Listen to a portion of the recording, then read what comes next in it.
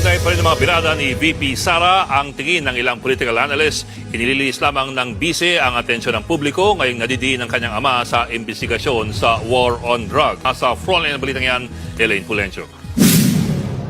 Hindi na bago ang ganitong bangayan ng dalawang pinakamataas na leader ng bansa, lalo na ngayong papalapit ang bilang Pilipino 2025. Ayon yan kay Professor Danilo Araw, convener ng election watchdog na Kontradaya. Sariling opinyon daw ni VP Sara ang sinabi niyang hindi marunong sa kanyang trabaho si Pangulong Marcos. Oo nga, hindi marunong, biruin mo, alam mo yung ano, nang mata ka ng mas masahol ka pa sa kanya.